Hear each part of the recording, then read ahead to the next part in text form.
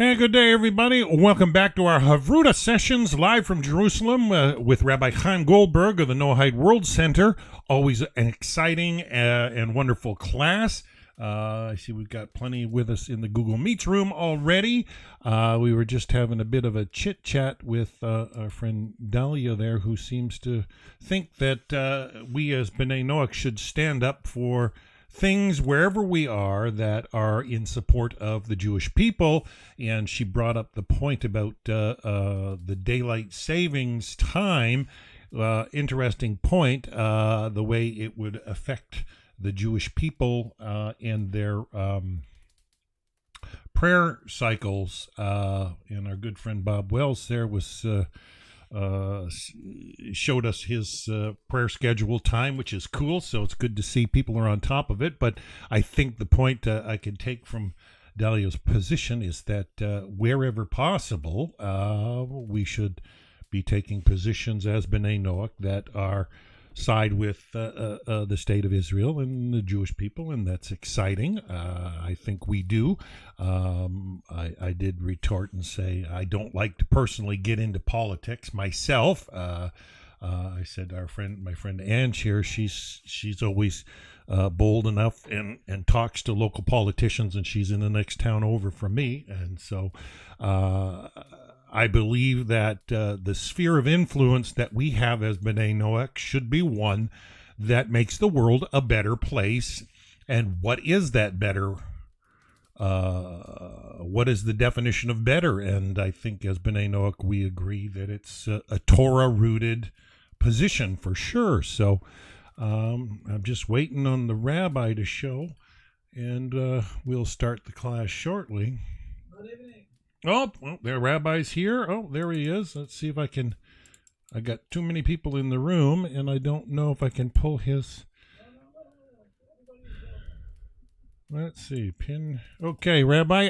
Now that I got you up full screen, we're going to turn the class over to you, Rabbi. So good to be with you today. I really enjoyed your summary last week. It really pulled together a lot of things. Thank you for all your hard work, and such a blessing. Thank you. I'm just, I will say a messenger, okay, and giving out things that we all learn. And as I think I said it more than once, those chapters in the beginning of Genesis are not directed only to the Hebrew nation. For the whole people, we didn't have yet the Hebrew nation. So it's not speaking only about us. It is true that we are holding, in some sort of a way, I will say the prophecy. And this is maybe one of the differences between when we speak about logic and prophecy, and we spoke about this a lot. Let's dive inside with your permission. Just I need to close the door here so nobody will bother us. Can you see me fine, hear me fine, everything is fine? Fine.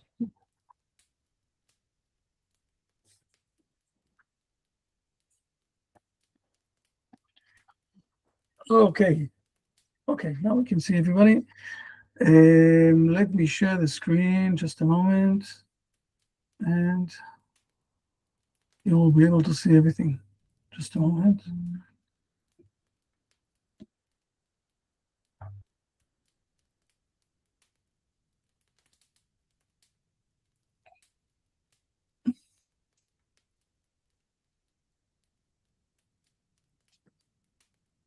Oh, you can see the screen. Everybody can see the screen. It's not being excellent. Nothing is being, bothering to see the screen. All good. See it loud and clear. At the end, I will give it to everybody. It's okay, as usual. Okay. The Book of Generations and the Three Levels of Reality. A Hebrew reading of Genesis 2 by Brit Olam, the Noahide World Center. Excellent. Okay, so we're speaking about, we're continuing on, okay? The word of generation in the old, I will say, language was Genesis. It's more or less the same, okay? Today we're speaking about generations. This is in Hebrew. Those who understand a bit the letters of the Hebrew, it's a bit hard. I will say it like that. Um, this is how you write the word generations. I will say that you can also write it without this. You can see my voice, right? You see here, this twice we have the letter that is called Vav. It's a V, okay? V, it's victory, okay? Um, and this letter, you can write this word without this letter, without both of them, without one of them. We'll speak about this in the continuous. This is the word generations, okay? It's the word of history in the Bible, okay? We have generation after generation after generation. This is history. And after we finish chapter 1, and we've learned enough for chapter 1 at this point of time, there are things that we need to add, but we will add them later on. And we're finishing the seventh day. We also spoke about the seventh day and why, according to the Christian separation, it's not part of chapter 1, it's starting chapter 2. In the Hebrew separation, chapter 2 is starting. In a moment, we'll read the verse. Let's see, okay, the first verse in the beginning of chapter 2 in our Bible. So let's see it here. Before we starting, I want to remind us, those are things that we have learned, so I'm not going to do it in a long way. It's not the first presentation. One of the things that we spoke is that God didn't created a full, completely world. He created a world that we still need to keep on making it. Okay, and this is the word last word of the first chapter, that God created the world, which God created la'asot, to do it, to continue on, to keep making the world. The world is not completed. The world is being created more and more. Who is creating the world? Who is finalizing? Who is finishing the world? Who is the one that is doing it? Who have the responsibility to bring the world to the next stage? We do. The human being. Okay, not the animals. They don't have a freedom of choice. Not, I will say, the plants. Nothing else. Only the human being. And let's read for a moment the main verse. I think here it is. Okay. Again, in the split of the Christianity, it's already verse number 4, but in the Hebrew chapter, this is the beginning of the second chapter. Please read sure. this. Okay. Verse. The Torah turns a page. These are the generations of the heavens and the earth, from Genesis chapter 2, verse 4. The sages, wherever scripture says Elah, or these, it sets aside what came before. From this verse on, the Torah is a different book, the book of Toledot.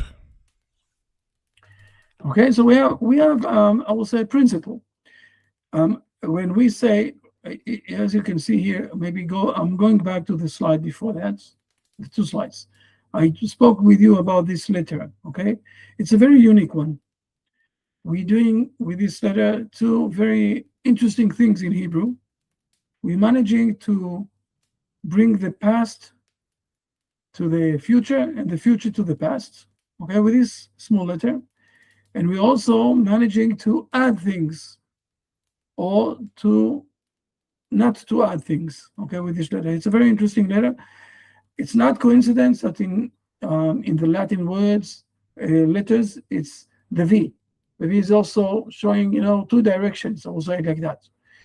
In Hebrew, one of the things that it's saying, this verse, if you starting this sentence with this letter, ve'ele, okay, wherever the script says ele, those, it sets aside what came before.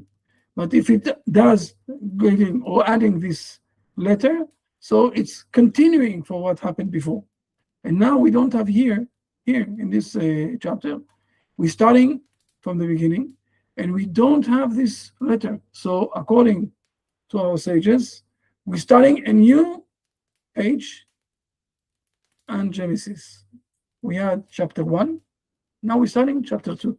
From chapter 2 onwards, we're speaking about different, I will say, level of the Torah. Maybe I need to explain this a bit. So I will say, okay, think about this like that. In the first chapter, basically, God created the world. So it's from heaven towards us. So it's a line from up down to us. From this chapter onwards, it's what's happening in between the people around the world. Okay? So it's a different thing. I will say it like that. So let's go inside of it. Please, Dan, read the slide and I will explain what's happening here. Please. Sure. Okay. Two accounts, a contradiction. Chapter 1 is about the order of time, how being unfolded day by day. The center is the creator. Chapter 2 is the order of meaning, why beings exist. The center is man, so he comes first. Even the mosquito preceded you in time, in purpose, man is first. Not two stories, two questions. So for a moment, so explaining that, I want to stop for a moment the slides. I want to go back. Where are you? I lost you. Here it is. I can see you now. And I want to read for a few minutes the beginning of chapter 2, according to the Hebrew, where it starts in the Hebrew nation. Okay? And then we will see the contradiction and we will understand the slides in a better way. Okay? So let me show for a moment everything. And I will jump to, here it is. Okay. Let's open another one. I will show this later on. No, I don't need to. I'm sorry, but we're going to Genesis chapter 2, right? And when I'm starting to read, okay, again, we're starting from verse number 4 until verse number 4. It's all related with chapter 1.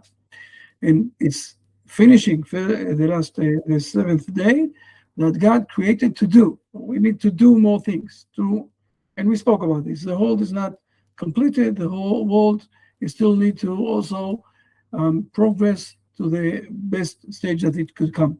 And we are responsible for this. Now, let's read for a moment the first three verses, okay, 4, 5, and 6. Down. Okay. These are the generations of the heavens and the earth when they were created on the day that the Lord God made earth and heaven. Now, no tree of the field was yet on the earth, neither did any herb of the field yet grow, because the Lord God had not brought rain upon the earth, and there was no man to work the soil. And a mist ascended from the earth and watered the entire surface of the ground.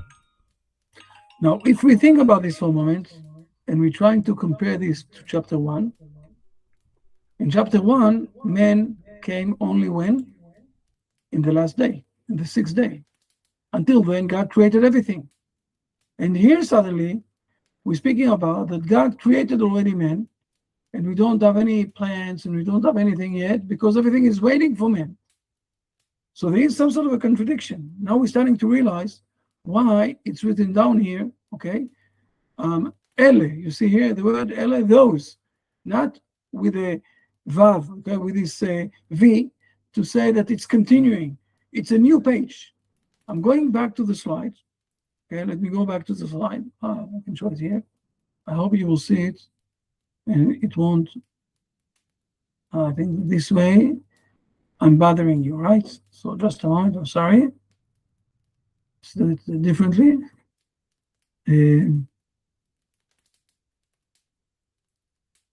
I'm sorry about the technical side. Everything will be fine in a moment. Excellent. Now you can see me and I'm not bothering you, right? Excellent. Okay. Yes, right.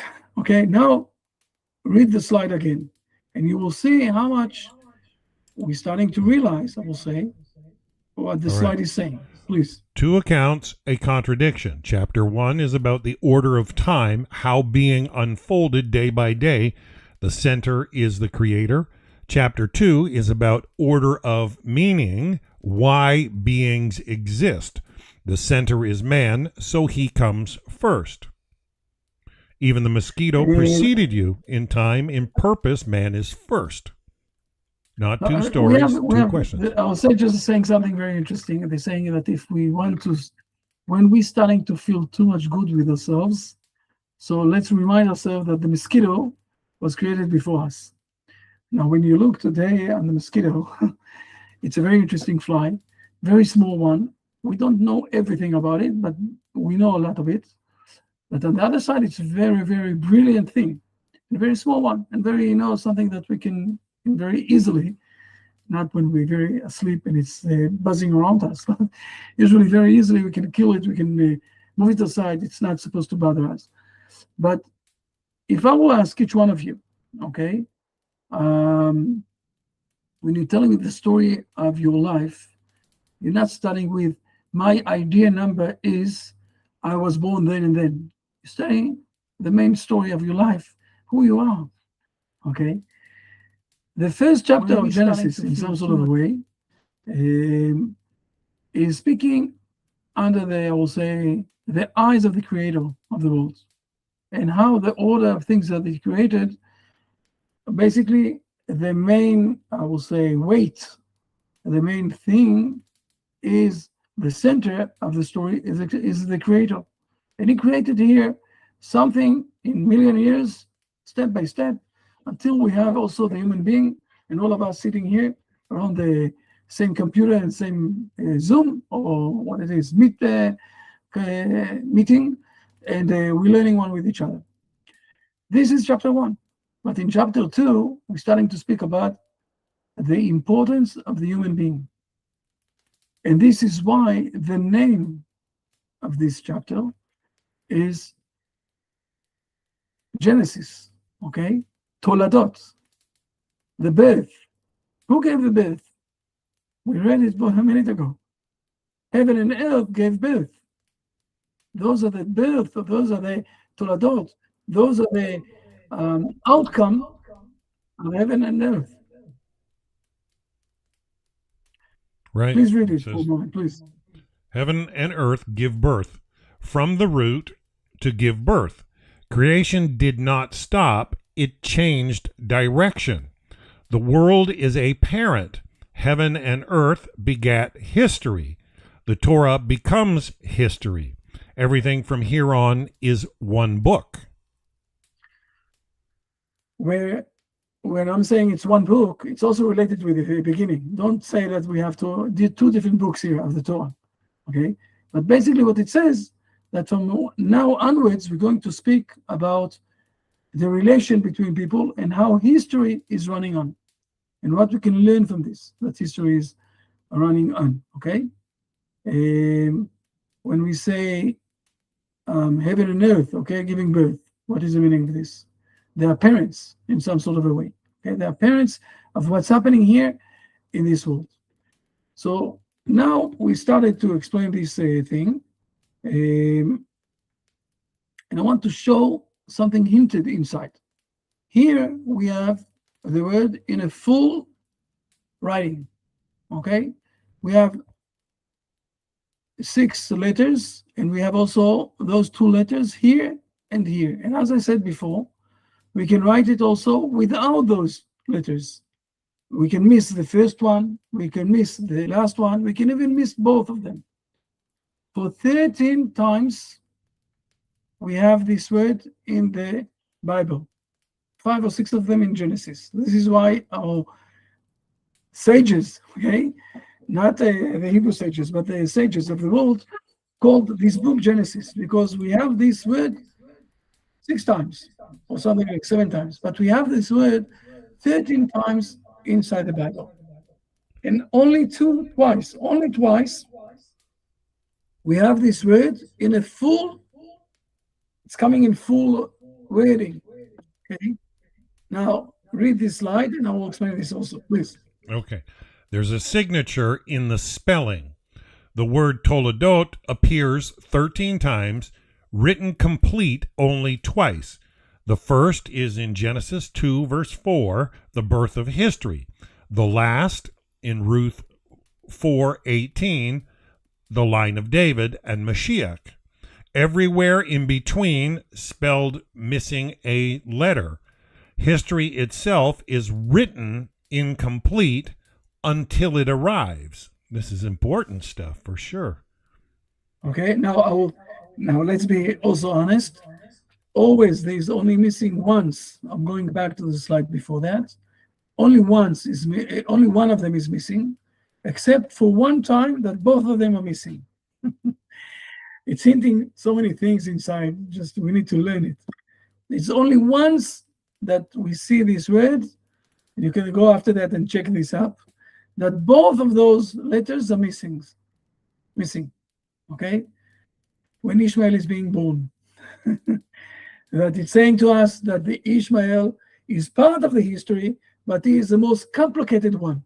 Is the most missing one to come to join the history of the world. We can see this in those days. We really can feel it in those days.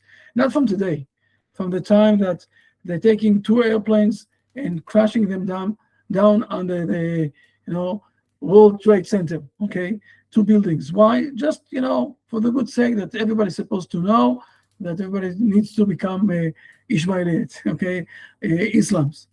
I don't want to go inside to this issue too much, but I wanted mainly to show that there is also a hint inside that in the beginning and in the end, when we're coming to the Messiah era of King David, and from him we're waiting for the Messiah to come also from his generation, from his destinies. Only those 2 are being written down in the prophecy in a full capacity of the word. And the meaning of this is, what is the meaning of this? That we have what to do along history until we will bring this situation of bring the world to the Messiah end. Okay? And now we have 2, I will say, parts in the Bible. The first one was chapter 1, and now we're going on to the next one. And now I want to continue on to the next slide. Please read this slide. Okay, 2 ways to read an unfinished world. 1, the world broke and waits for rescue from outside. And 2, the world was born unfinished and grows toward completion from within with man as partner. Which world do you live in? Ooh, that's huge. I see that the dividing line between the way Christianity does it and the way the Hebrew people or the Torah does it. I did my best not to put inside any word of Christianity. So it's nice that you're saying it. And it's something that you need to write to yourself. Okay, I can give a minute. Everybody will write. You can write also on the chat here. You can write it only to me also. Which world do you live in? Okay. The Hebrew tradition, we know what it says. Write to yourself. Ask yourself, which world do you live in? And I want to show, and we read it a few minutes ago, when we read the 3 verses, how much the Torah, the words of God, the prophecy, is showing us that this world is more under the second phrase that I have here, unfinished, and it's expecting the human being to work. Okay? And we read it. So please, here it is with a very nice picture that is showing it. No rain and no man to walk the ground.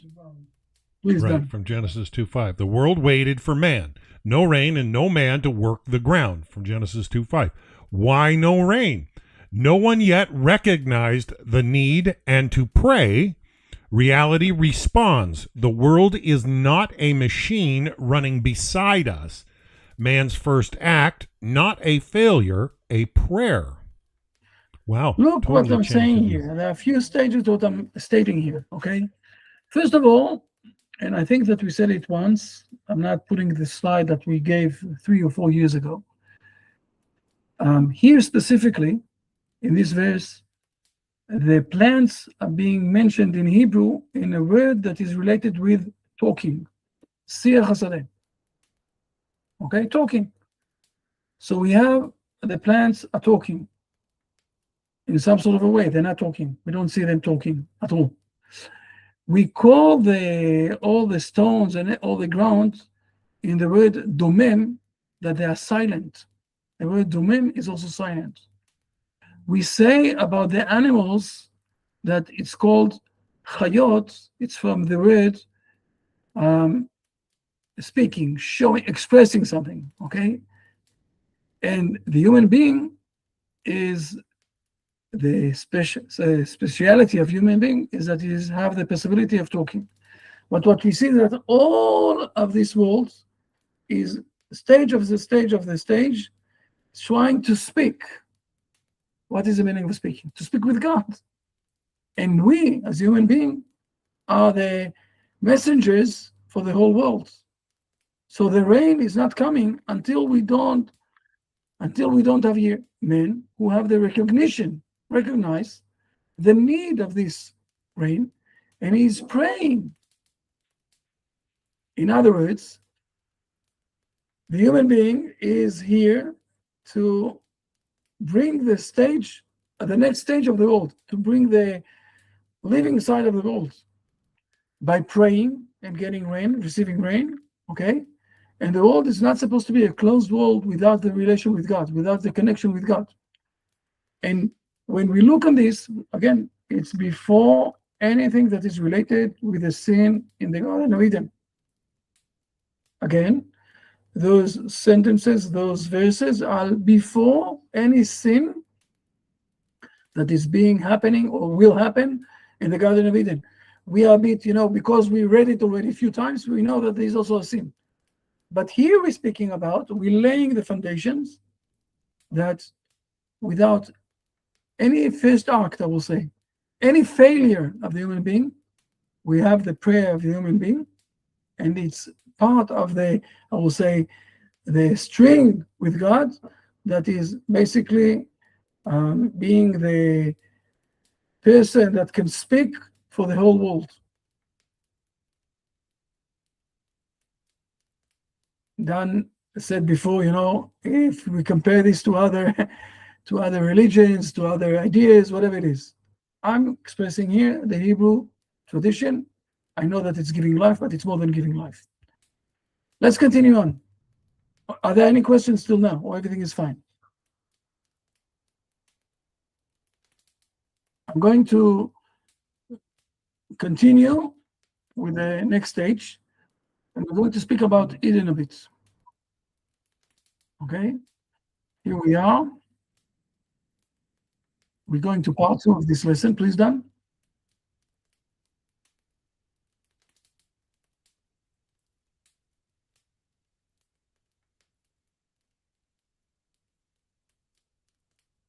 I'm already hinting here.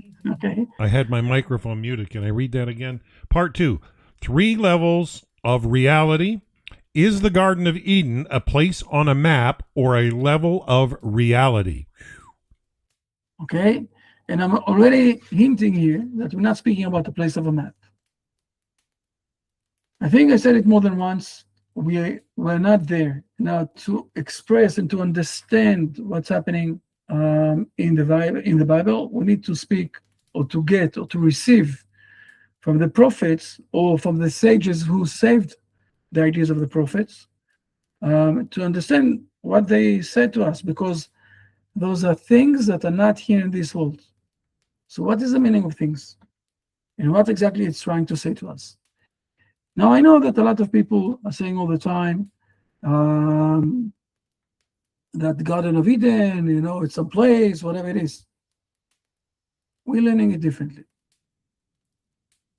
I need you really done to read it, and then I will explain this. Please, I'm asking you. Please. Okay.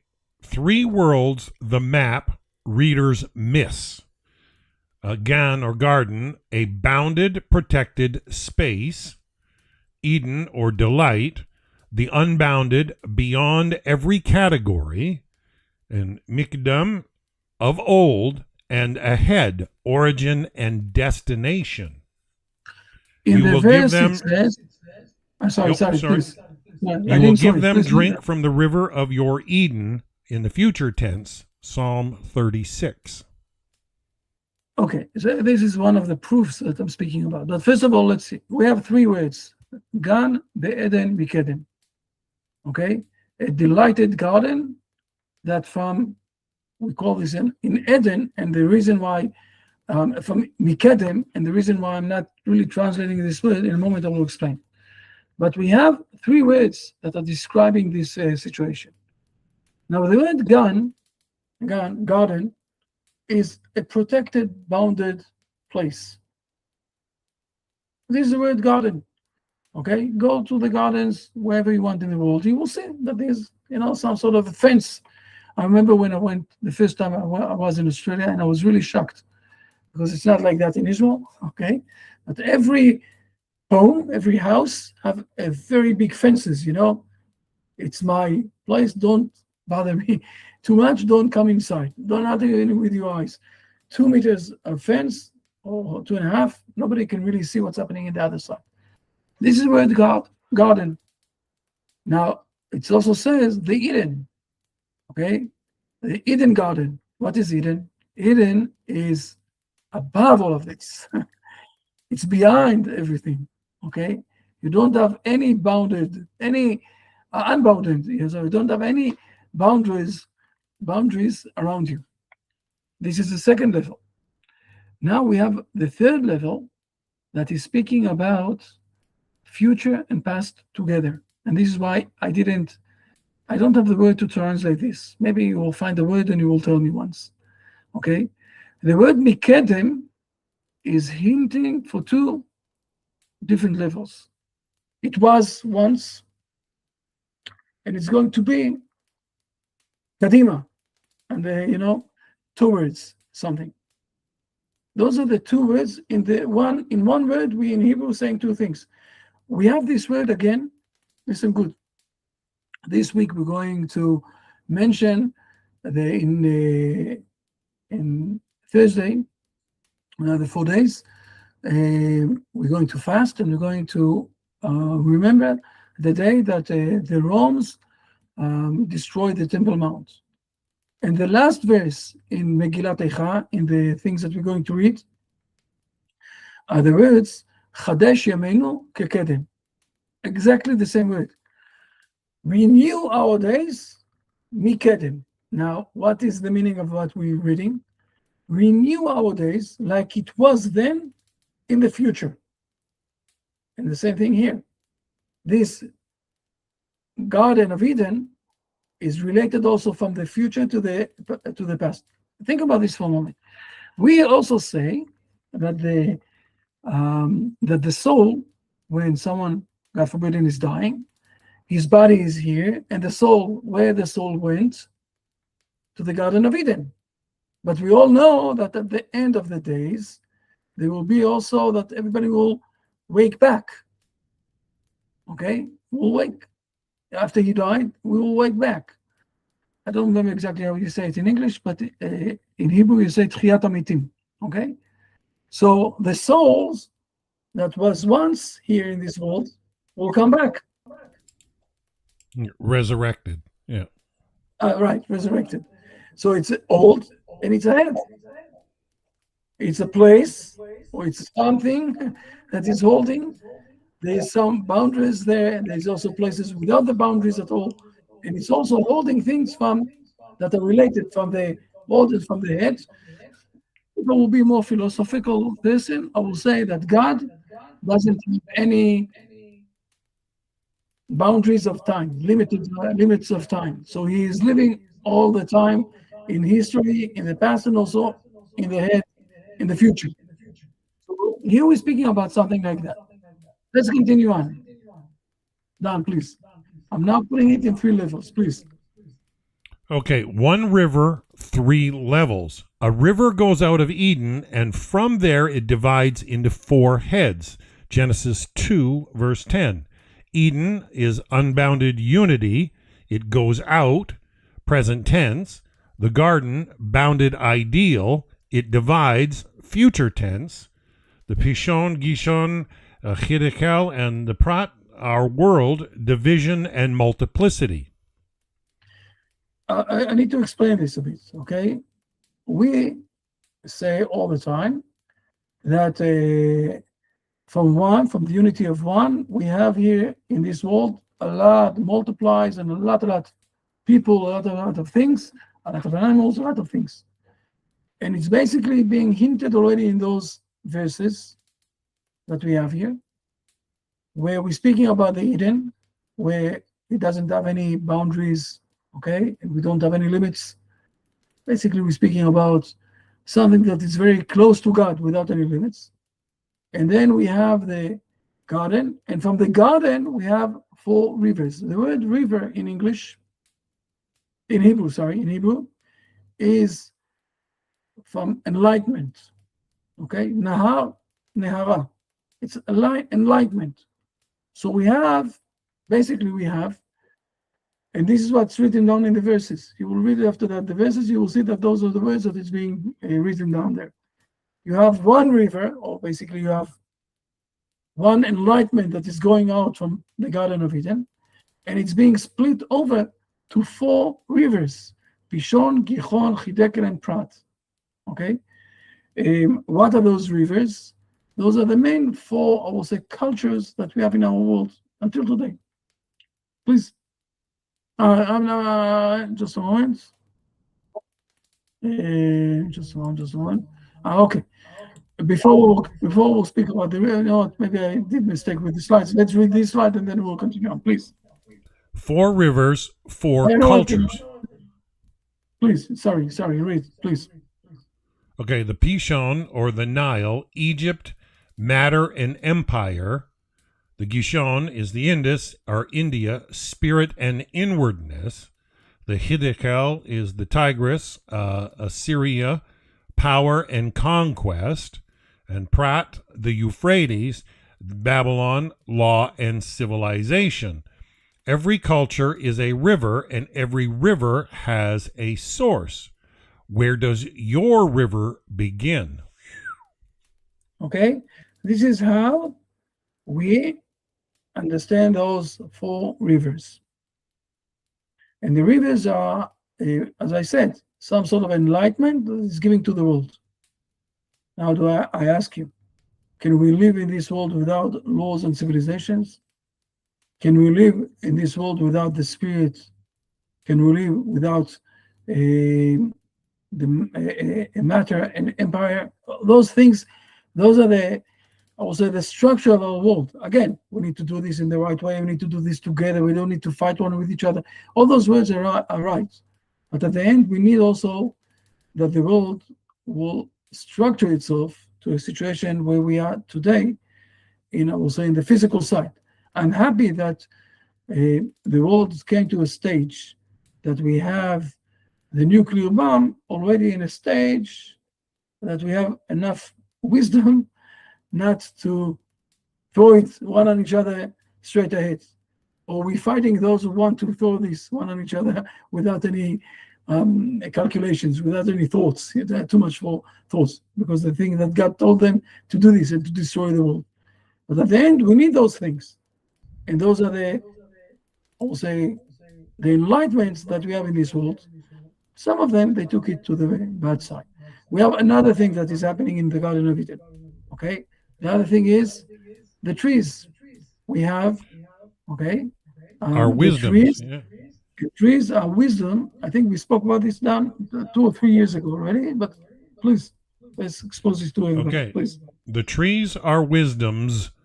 Etz, or tree, is the masculine of Etza, or counsel. Pleasant to see, the wisdom of beauty. The tree of life, the wisdom whose content is life at the center.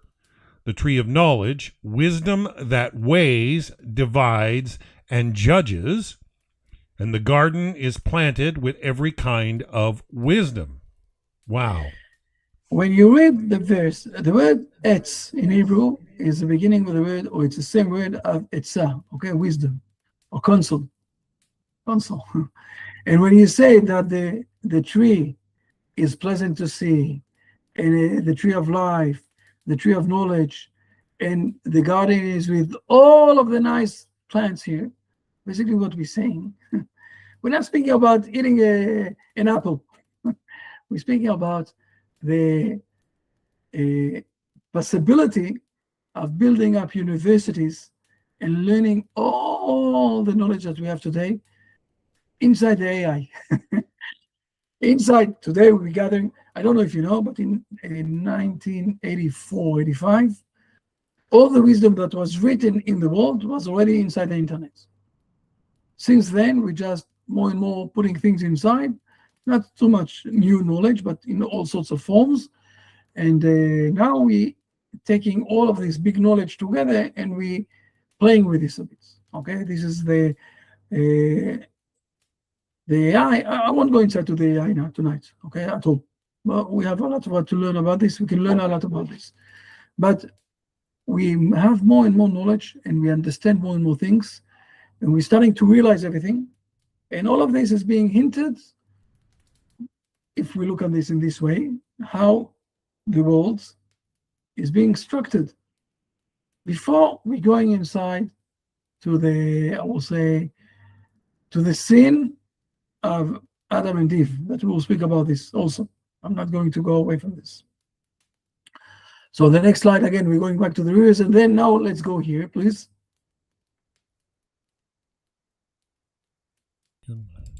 We have from this specific God Nile, okay, enlightenment that is going out. We have the word Huasove. He surrounds. He surrounds. Not a direct cause, not one billiard ball pushing another, not an absent watcher. He has not wound the clock and left. The surrounding one, the atmosphere within which all causes act. Not force, but presence surrounding everything. Yeah. God, quantum entanglement, for sure. Yeah. In some sort of a way, God is, I will say, when I said, for example, not a watcher, okay, like the watch that we have, it's because we have sages, not from the Hebrew nation, that said that the world is running in two different watches that are very aligned one with each other.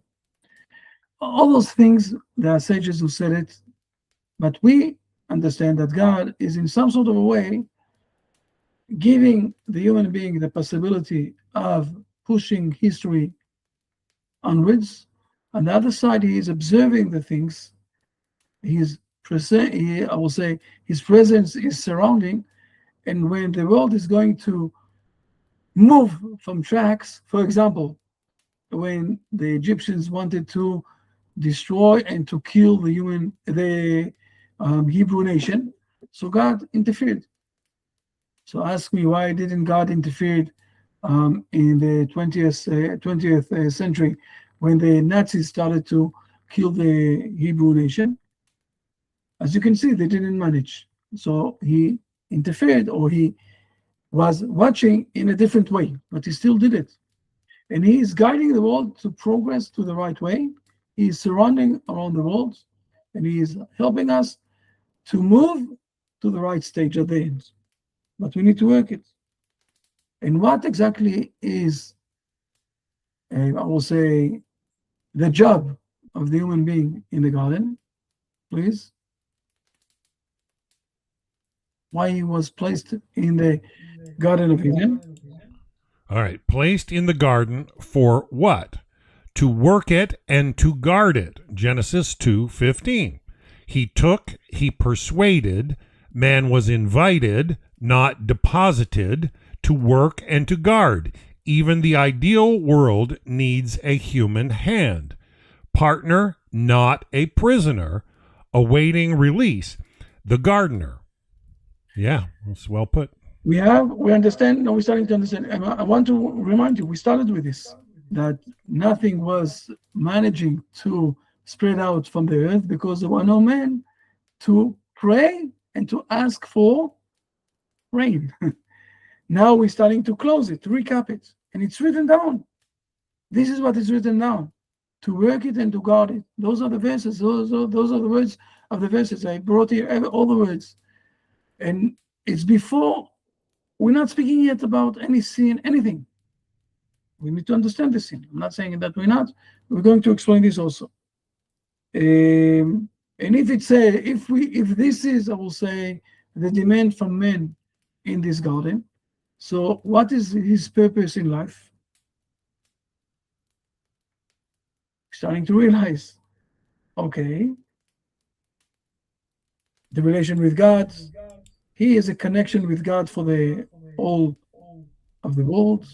In his area, he's a partner with God. Not a prisoner awaiting release, yeah. We're moving in, and it's before all the issue of the sin, but we're moving in with the right mindset, I will say it like that, of the relation between us, between the human being and God.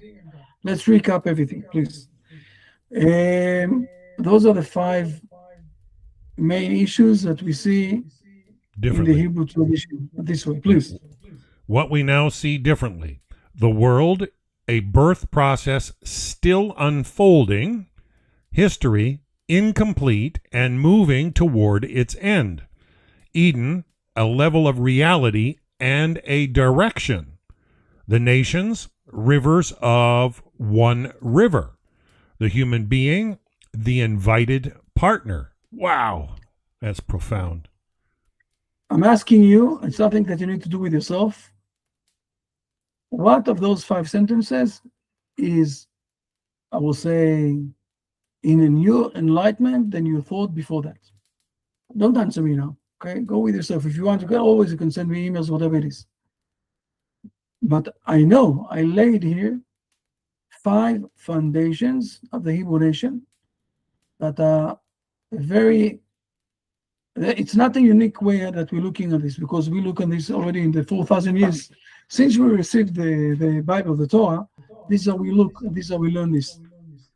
But I know for sure that for people that are sitting here and people that will listen to this lesson after that, those 5 foundations, 1, 2, 3, maybe even 4 of them, are very new for you, right? Are very different minded. And this is why here we're going to start this lesson of today. And then I will give you everything, and I'm here for questions. But you need to grasp it again. You need to read it again. You need to understand this, and to have debates with yourself about those foundations.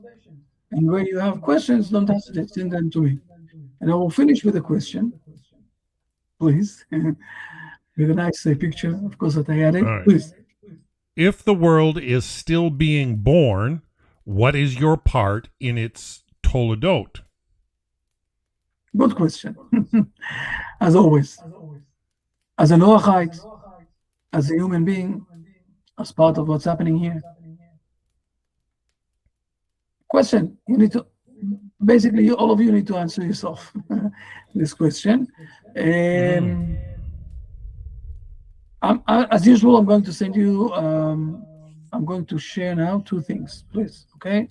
And I'm here for questions. I have a few more minutes, it's okay. I'm going to share with you the slides, and also a paper that is summarizing also everything. And as usual, it's also being recorded, so we will be able to see it again. Just a moment, let me jump to the place where it is, so I'll be able to share it with you. It's not supposed to be restricted.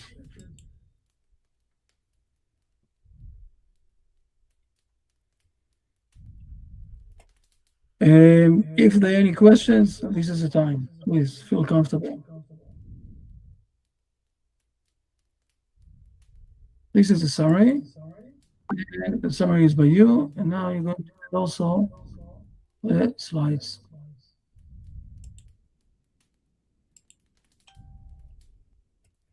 Am I okay to share this on the net? On Yeah, of course, of course. Of course, of course, Okay. of course. Just a moment, let me see that I'm sharing the right thing, okay? No. Just a moment.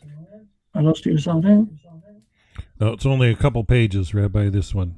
I know. Just a moment.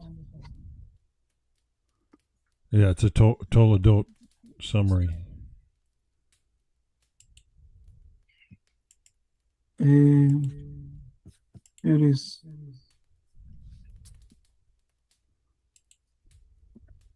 Here is the slides. Yes. Let me share the slides also.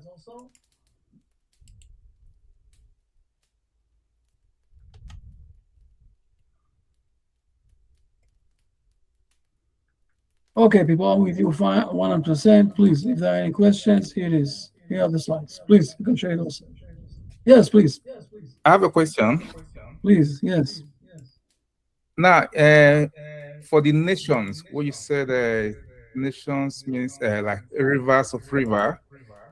I know there's a teaching that we have 70 nations. So do we refer to that or refer to geographic countries we have on the earth today? Or mean 70 nations which are thought about in the Torah? You jumping to, I will say it like that. One of the things that I want us to understand that now that we're learning, I will say it shortly and then I will explain a bit more. You're jumping to a place that I don't know yet. I'm saying everything. No, fair enough, but I'm not there yet. I don't know that it's going to be 70 nations, things that you're saying to me. It's, like, it's like Chinese, for someone who doesn't know Chinese. I can't. When we go to the 70 nations, ask me about this. I want us to understand two things. First of all, we have a problem, and the problem is that we know the script. We read it more than once. And what is the main problem? That when we were young, we have been taught in one way, but the brain of the age of 5, 10, or even 15 years old is nothing if you compare this to the brain of the person who's already 40, 50, 60 years old. Completely different.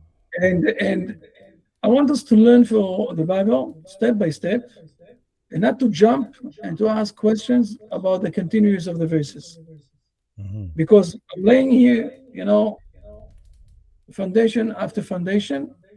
Then we'll write this question with yourself. Another few months, we will be in the 17 nations, okay, in chapter 10.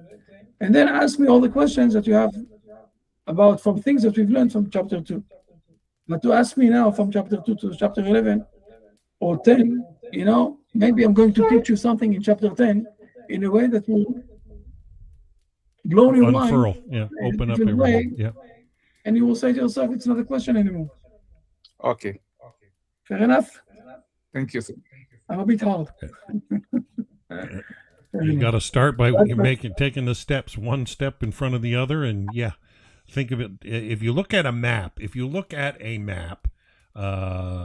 say of the United States, you've got a city, and then you got all these roads that go there. And you got to look at it as somewhat a destination is just a point on that map. It exists, but how you're going to get there is your decision. You could fly, you could take a train, you can drive a car, but then which road do you choose? And left, right, so things unfurl. I like how you brought that out today, Rabbi, that it's still a work in process. That's just a phenomenal idea that it was birthed and is unfurling. For me, that was just mind-blowing. Fair enough. Okay, please. Jacob is coming also. Jacob, please. Does the word toldot indicate like a family, like one family before nations? We're at the level of families here. Of one family, one It's human even family. no, it's not aligned with the words families.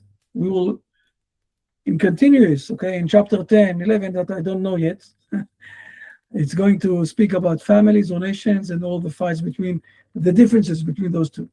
Now we're not speaking yet about families. We're speaking about the continuous. Okay, every generation have a continuous. The next generation that it's going to be also multiplied, like we spoke in chapter 1. One of the, I will say, the commandments that God gave to Adam and Eve is to multiply, and also this is one thing, and also to give a fruit. Okay, the best part of your destinies. And until at this point of time, we're still, speaking about the next generation and the next generation. In a moment, we're not yet speaking about the next generation because we need to discuss, first of all, what's happening with Adam and Eve and God, okay, in the Garden of Eden. But then we're going to start the next generation, the generation after that. The issue of families and nations, it's something that is going to be spoken later on.